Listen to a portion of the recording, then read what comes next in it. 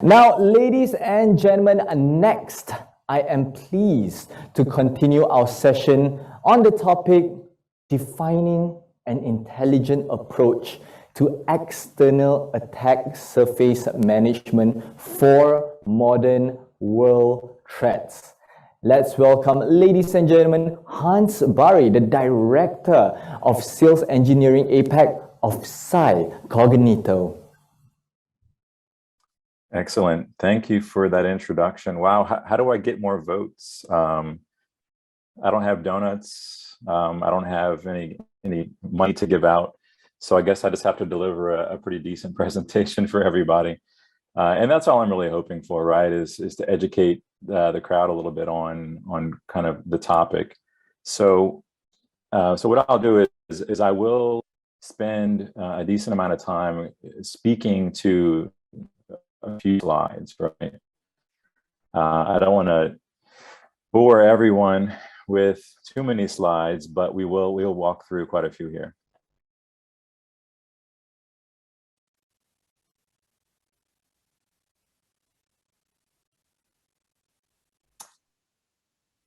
So, as introduced, what we'll be talking about today is really around attack surface management.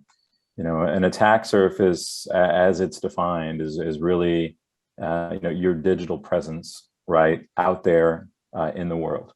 You know, how does the world view you? How do your customers view you? How do your partners view you? How do attackers and adversaries view you, right, from the public domain? Now, the concepts around an attack surface and managing an attack surface are not new. Right, you know, there's websites, there's domains, there's SSL certs, there's IP addresses, IP blocks, all of the fundamental building blocks of what makes up that digital presence. But, you know, how we approach, you know, managing it, dealing with the issues related to it, maybe minimizing the risk that's associated with it, that's where I want to spend time today, because that's where, you know, as an industry, as practitioners, you know, I think that's where we continue to struggle and where we continue to spend resource and time to try to tackle some of the problems that we see, but we're not as efficient as we could be, right? And so when I put together the topic here, you know, defining an intelligent approach, that's what I had in mind. Really was, you know, what are we doing now versus what could we be doing next, right? To try tackle these problems. So we'll walk through several different points today, you know, looking at just the overall, you know, way we deal with risk, the current or legacy approach, a more modern approach, dealing with transitioning from one maturity level to the other, and then just how do we deal with that overall. So the company that I'm representing today is Cycognito. Cycognito is an attack surface management platform that is looking at an organization from the outside, right? Looking at an organization from an attacker's perspective. So it's a relatively young organization, been around since 2017, startup. So we recently received a big boatload of cash, right, in our most recent round of funding. To help accelerate the productization of, you know, capabilities that we're delivering to market. Off to the right side of the slide, you'll see, you know, some of the investors that have decided to help us along that journey, right? They've identified that this is absolutely an issue that they want to tackle and help be a part of. So that's our investors. A huge part of our ability to first identify and help solve problems is a botnet, right? You know, and we have one of the largest botnets probably in cybersecurity that are actively trying to help us, you know, solve some of the problems that we'll go over next.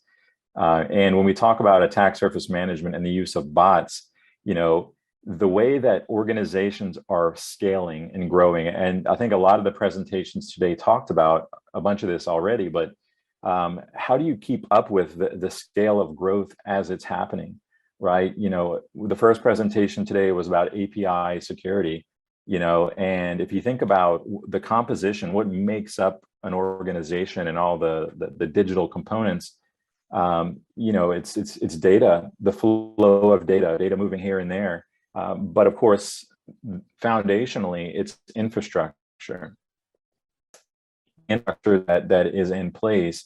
Where is it, you know, in the globe? Is it dispersed amongst a cloud, you know, somewhere on the planet, or is it in a traditional data center? You know, is it within your premises? All this stuff. So where is the infrastructure that's out there that's supporting the business, that's enabling the data to flow and business to operate, right? So that's where we're spending our time. And then, of course, when we are leveraging our botnet, all of our capabilities to reach out and map attack surfaces for organizations, help them identify risk areas, we're doing this for billions of assets like daily, right? So we're reaching out, touching assets just on a continuous basis. The team of people that we have doing this, it's roughly 150 people, you know, dispersed globally. Just this year, we've seen tremendous growth, only because the attack surface management space is growing tremendously. So we're just responding to that in kind with an elevated, more robust workforce. Gartner, you know, when they looked at Cycognito, and we continue to have discussions about Cycognito with Gartner, to really highlight kind of the area that we're playing in and how maybe it's different than other areas or other capabilities that are in the market. So the last time they looked at us, though, they gave us the Cool Vendor Award, which is pretty neat, right? Only because we're providing very specific capabilities in synchronous to help solve some of the problems that we're seeing in cybersecurity. So we'll walk through that in a moment here. Now, when you look at the overall conversation around risk management, right? And again, we're talking about attack surface management holistically, but you know, for people within organizations who are trying to solve problems, you know, it's really a conversation about risk. So foundationally, you know, within organizations, getting visibility has always been a challenge, right? Where are all of our assets? You know, are we able to index and inventory everything that is within our estate, right, within our environment? Internal, you know, that's pretty much a problem that is relatively solved, right? Where are all of our servers, all of our workstations, you know, all of our endpoint, you know, kind of systems. But externally, you know, it still continues to be an issue where with the advent of, you know, various technologies and cloud environments, the ease of being able to establish, you know, an Azure or AWS or Alibaba, ICION kind of environment, then, you know, here inserts kind of some of the issue, the visibility issue, right? You know, the security side of the house, different parts of the business don't necessarily know when infrastructure is being established. So it becomes a bit of a challenge. Visibility, you know, it's a constant issue. Next, it's a matter of, okay, well, you know, what are we found it, okay, but who owns it, right? Is that asset processing PII? You know, is that asset hosting some kind of sensitive information? What's the function of that asset? You know, is it an HR thing? Is it a security kind of an asset out there? And so on and so forth. So foundationally, attack surface management, visibility, and just, you know, assigning kind of some kind of attributes to it to show what the function of it is has been a challenge, right? So now the next step is really about, you know, automating and the security testing, right? How do you know what's vulnerable? You know, how often are we running scans? So for organizations who are doing penetration testing, or they're doing some type of application testing, then of course, you know, what's the cadence that's being performed on? You know, is it a quarterly activity? Is it an annual activity, right? What's the percentage of total assets that you're really looking at closer, right? These are the things that come into play, right? And then once those things are approached, now it's a matter of, okay, well, now we've looked at some of these assets. how bad is it, right? If it's issues that we need to fix immediately, how quickly can we fix that, right? So in a traditional sense, this kind of risk management is easily quantified and easily put into into a particular grouping, control group maybe. But of course, when you're talking about external risk, things get a little bit fuzzy because the variables change a little bit. There's not as much control anymore at this moment in time anyway, to be able to do that type of thing. So remediating certain risks become problematic. And I believe the speaker right before me, Mr. Ravi, mentioned this, but you have cloud infrastructure being established, and but whose responsibility is it when it's there? Some clients and organizations think that, okay, well, Amazon, you're hosting it, you patch it, it's your problem, you fix it. But it's sort of a mismatch of expectations on who's managing certain infrastructure. So a wide variety of that out there in the public domain too, where remediating, whose responsibility is it? A misunderstanding of how these things work, or just lack of visibility into this stuff. But remediating, it becomes an issue, right? How do you prioritize? How do you focus your energy on what you're supposed to be remediating, right? And then, of course, if that information, if the result of that, if some of the issues that come about need to be bubbled up into higher level, more targeted penetration test activities, or handed to a red team to be able to enable their activities, then what is it that you're handing them? How confident are you that the issues that are identified in those previous steps are truly issues, or are you handing them a bunch of false positives and issues that aren't really issues, right? Kind of a false start. So again, from just an overall risk management approach, some of the things that are driving business and certain metrics are around some of these main areas, right? Building a foundation for what's out there. Let's get visibility. You can't protect something that you have no clue even exists, right? But it's a part of you. It's a part of the DNA of the company, and maybe performing some kind of a function in the business. And then as we go up to a certain confidence level within an organization.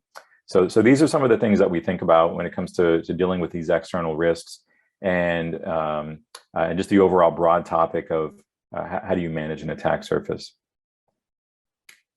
So some of the challenges that are related to each one of these, we know from dealing with clients and, from just analyzing the overall attack surface management space, that organizations typically don't know what they have, right? There's typically, 30 to 70%, pure visibility into what is truly out there, right? And this is mostly because of maybe an acquisition, right? A subsidiary that lives somewhere out in a different country. They have a different regulatory environment, a whole different approach to security in general. So now there's a bunch of infrastructure that we have no clue even exists. Of course, cloud, like we talked about, and applications, right? As the business grows tremendously at a rapid pace, and the applications are being spun up rather quickly.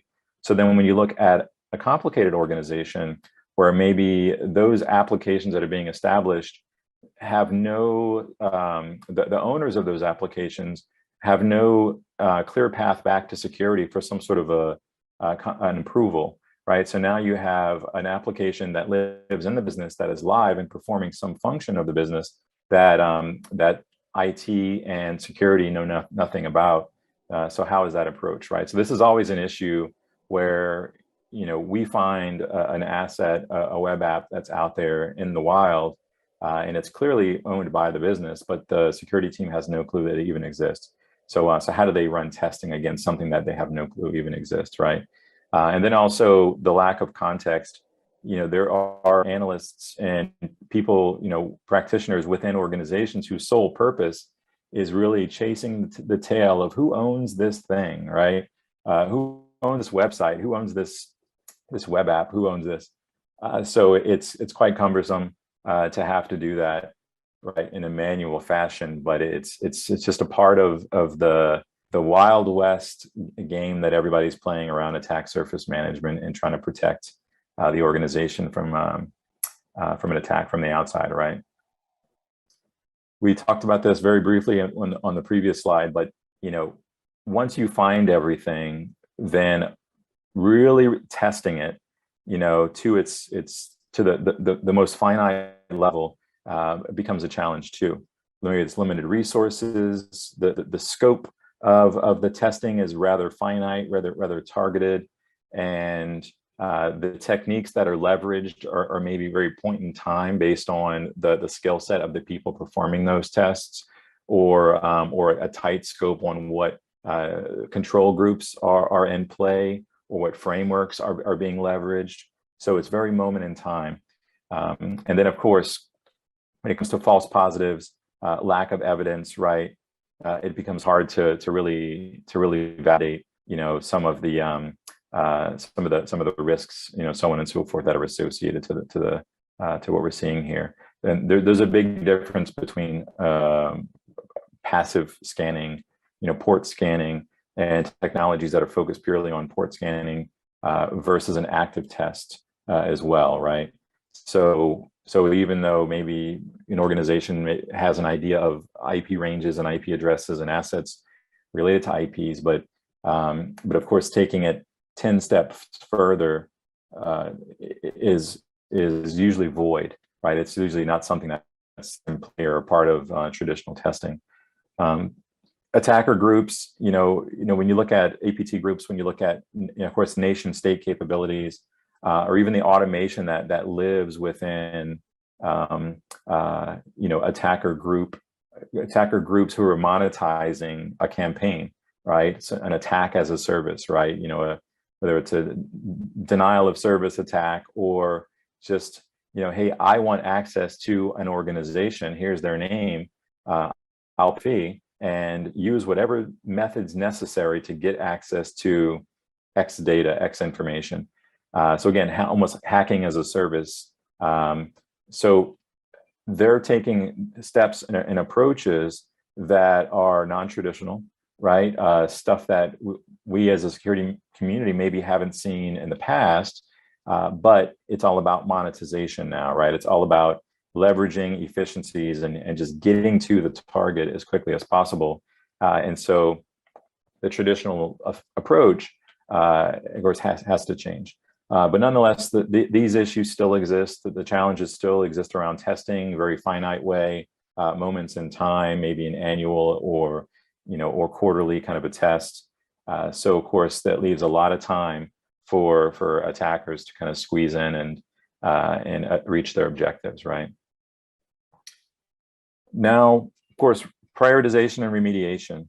When it comes to finding certain vulnerabilities, the scans are complete. All of the actual application testing is complete. Now you have a collection of issues that need to be remediated somehow. Some are more importance and criticality than others. So how do you focus your time and energy on the ones that really matter, right? That's the key. The key is, of course, if you're going to do that, you want to do it in a very efficient way, but lacking certain context is always the hindrance here, right? Not enough evidence on, is this truly an issue? Do we have the right skill set internal to our team? Are we leveraging technologies to help get us closer to, is this truly an issue?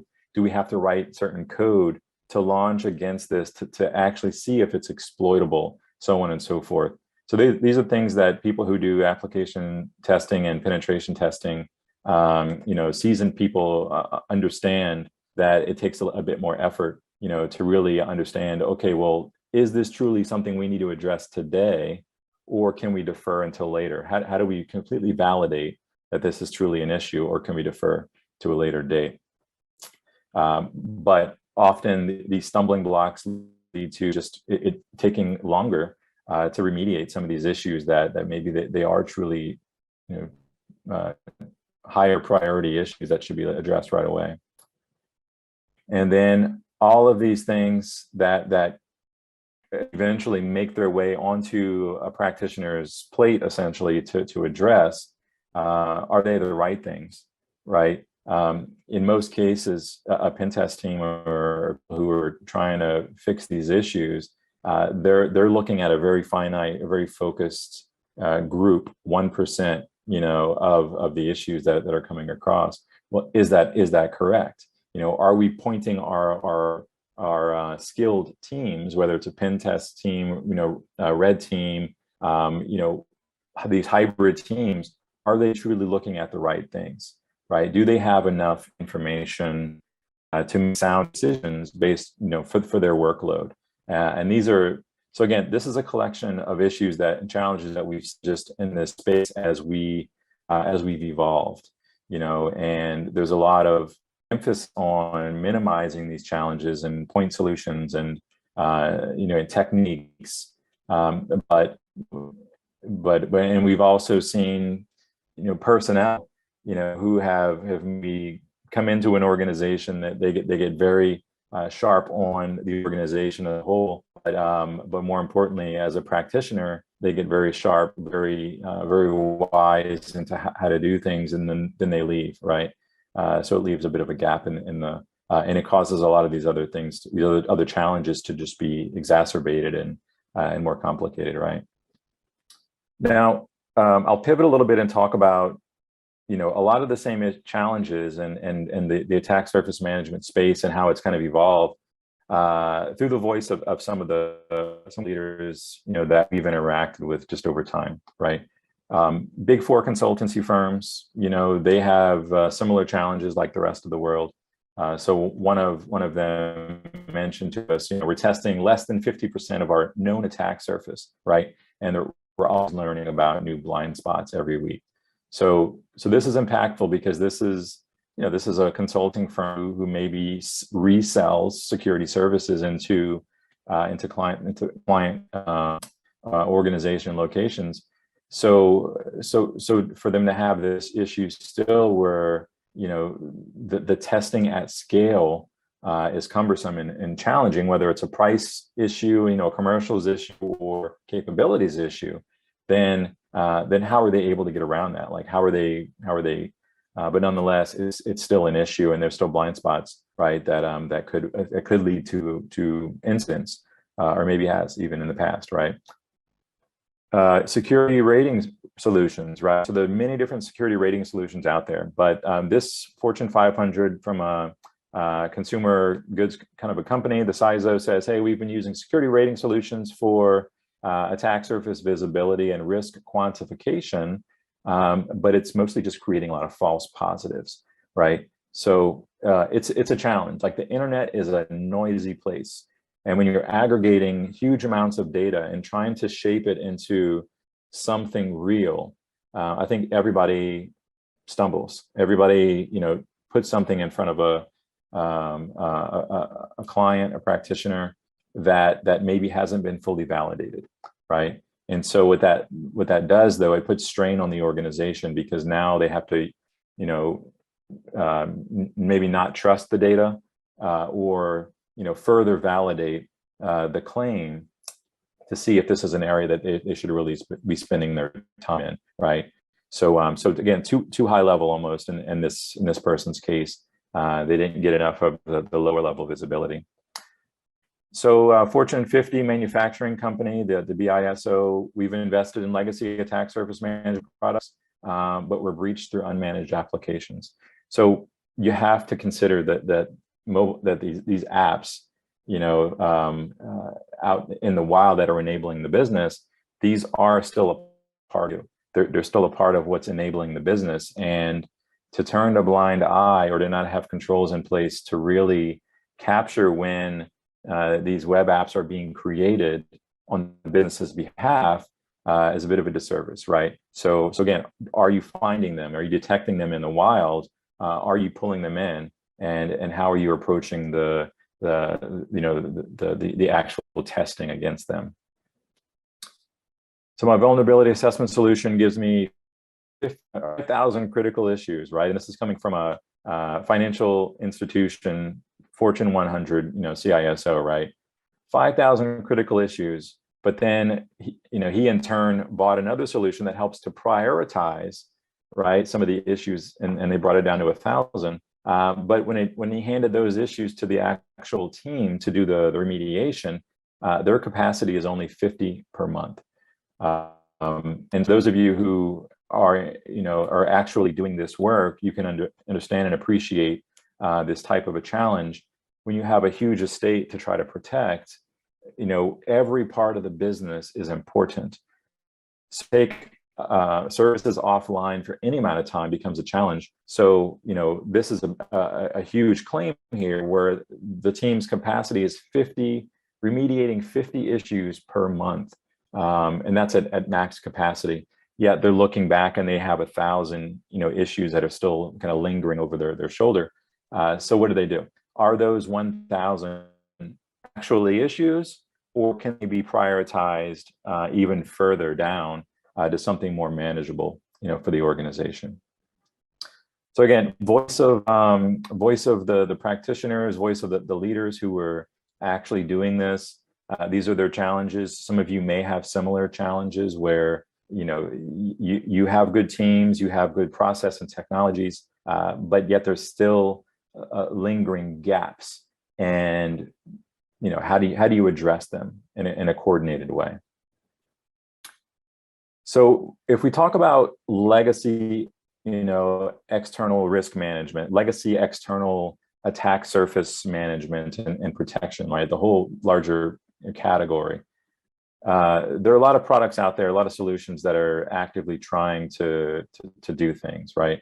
And I've talked about this a little bit before, but whenever you have all of these things that you're trying to do in orchestration, in a sequence, but you're trying to do it in a way where it wasn't designed to happen that way. When you look at the work of a team their job is maybe website management, application security, or patch management, applying patches to service, so on and so forth. Their job today looks very much different than it did 10, 15 years ago, right? But yet some of the same people are doing this job. Some of the same tools are even being leveraged when they're doing this stuff. So we'll walk through a little bit of what that legacy approach looks like.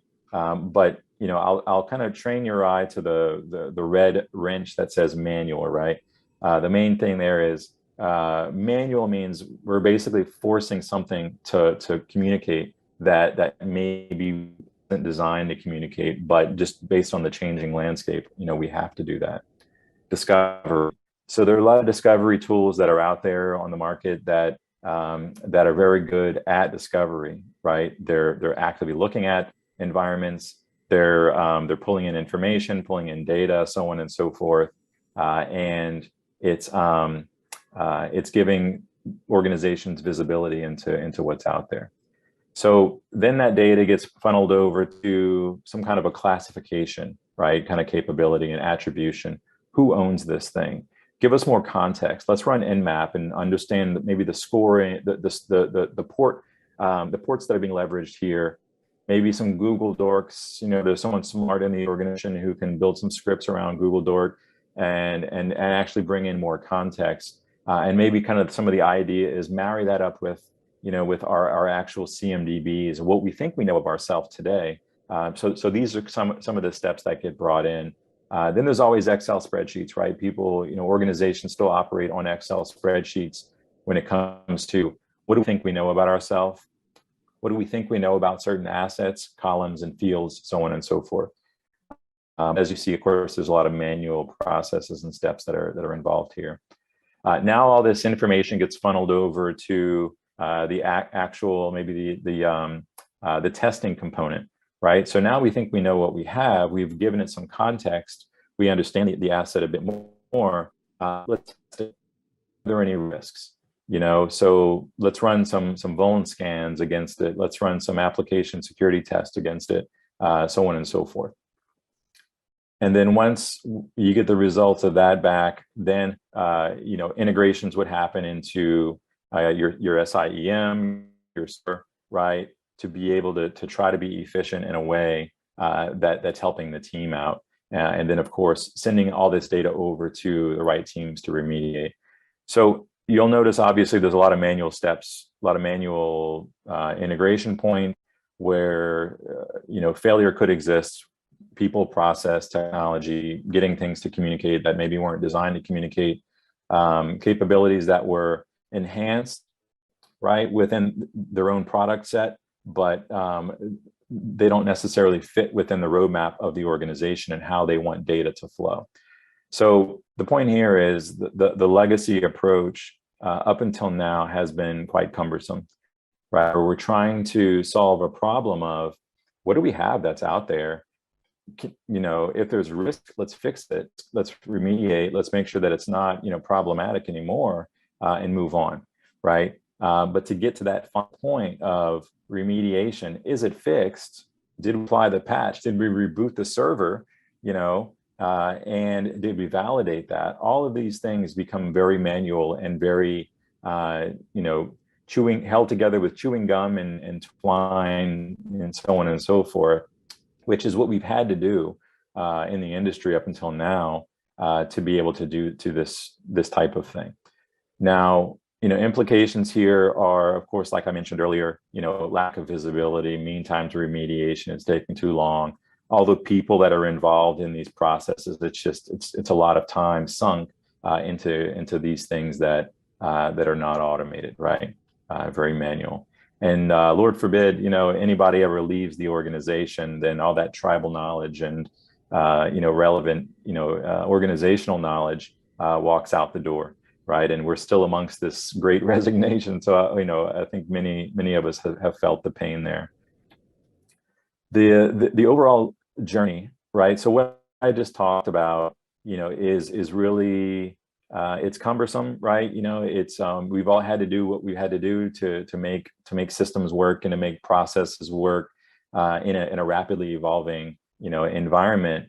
But we are able to look at ourselves and say, okay, well, we know based on today's processes and tools and technologies that are employed that we want to be better. We know we're not great. We want to be better. Maybe we're in the blue, but we want to be in the green over here, where we are, we have clear visibility into everything. We're running, multi-factor, assessments across everything that we have. And of course, we were doing this on a frequent basis, right? And then of course, instead of mean time to remediation in months or even days, we want to get that down to hours. That's the utopia that we all want, right? We don't want to have to deal with all the steps, these cumbersome steps, stumbling to get towards this utopia on the right-hand side. We want it to just happen. We just want the problem. We want to find the asset when it lives, when it pops up on the internet, assess it for risk, and then let it go about its way, right? And not impact the business. But of course, in reality, everybody doesn't have that luxury, right? Some of us live in the blue and the light green area with aspirational goals to improve, right? So next, we'll talk about just the modern approach to all of this, right? And this is really, just a key focus area because, again, most security leaders within organizations, most risk officers who are looking at the business and they see technology as a major risk area because it impacts the brand, it impacts the bottom line, maybe. It impacts operational services whenever there is an incident or a supposed incident, so on and so forth. So then the business isn't performing its main function, right? So then there has to be a different way.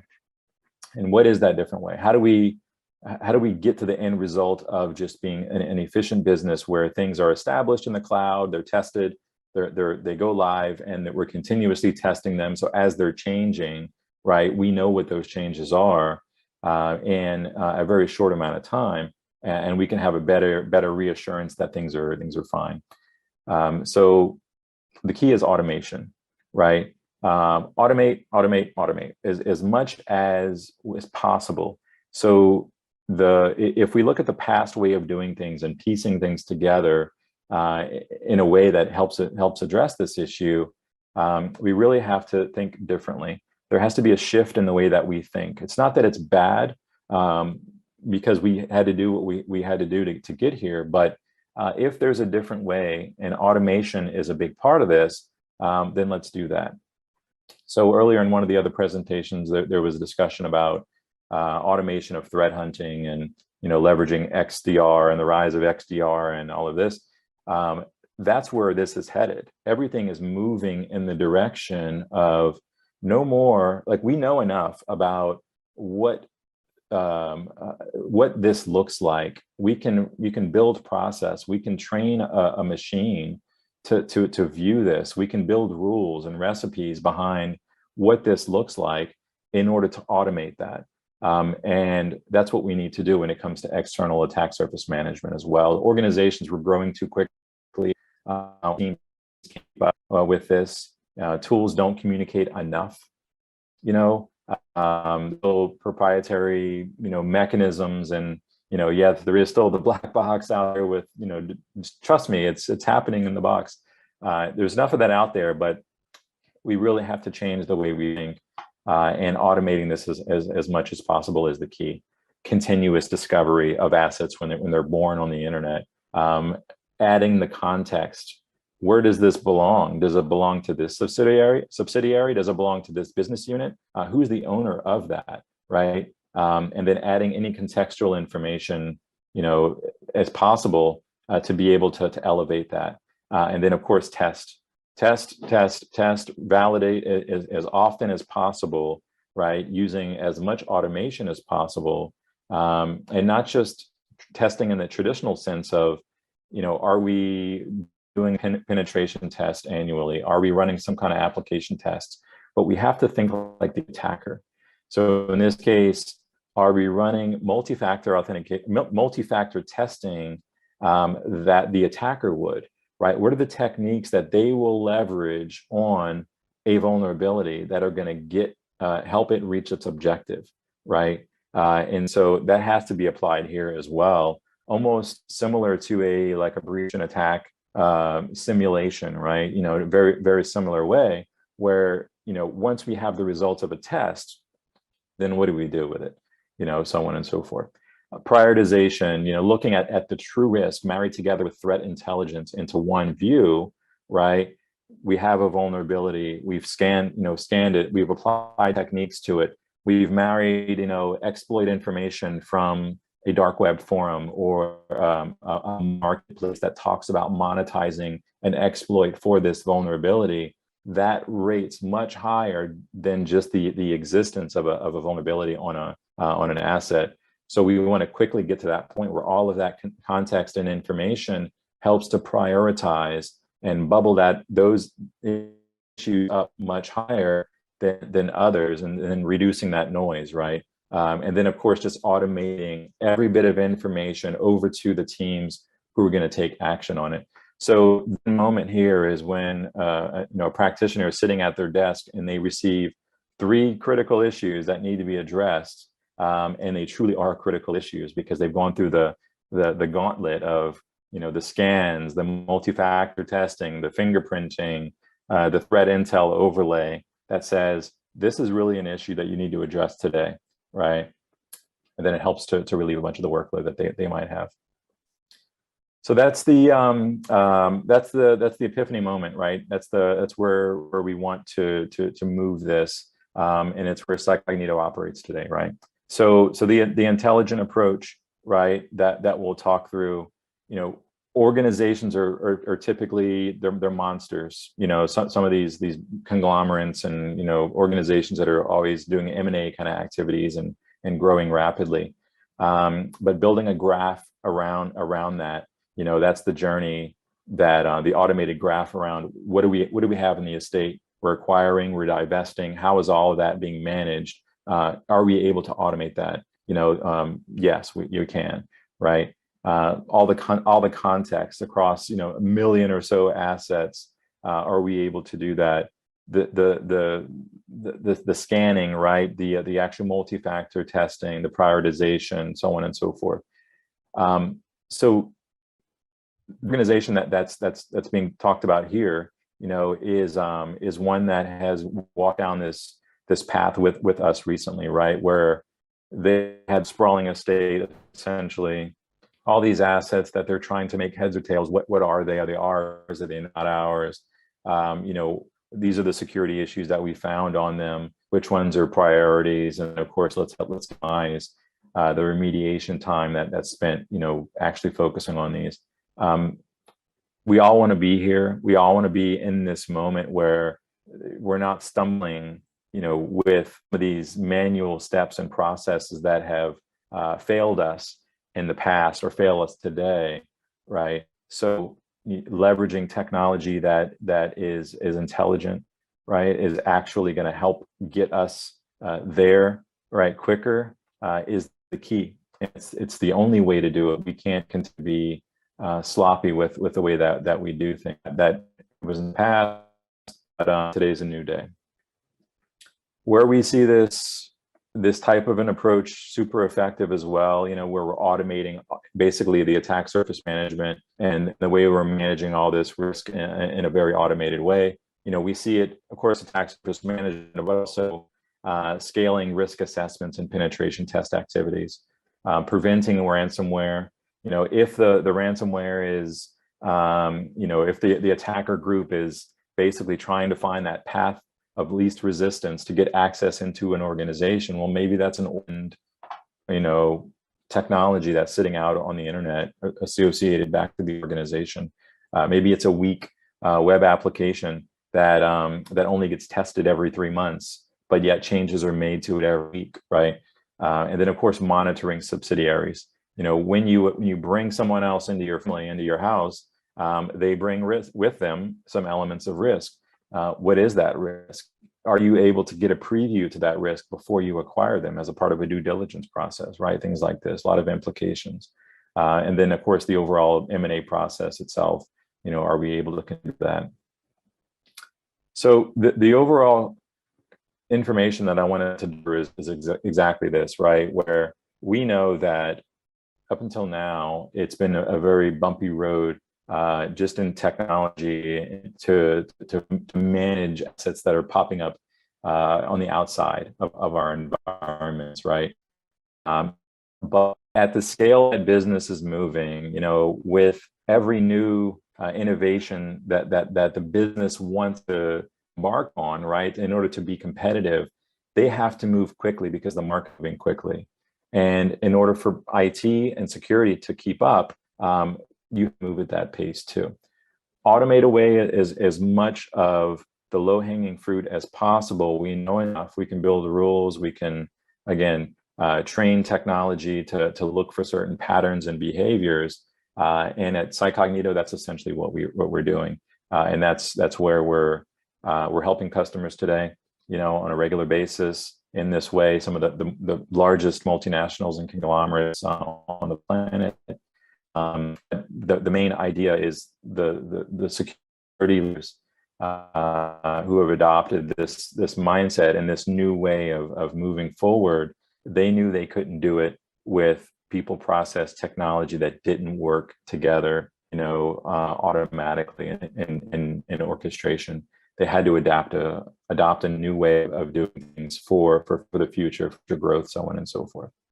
Okay, that's the information I wanted to share with everyone. That's the end of my presentation. But maybe I'll pass back to the moderator, or there's a way that I can dance or sing a song to help get some votes for the that I'll test now. So yeah. And your knowledge is enough to get all the votes. That's what I want. All right. Thank you so much once again, Hans, for that extremely informative session.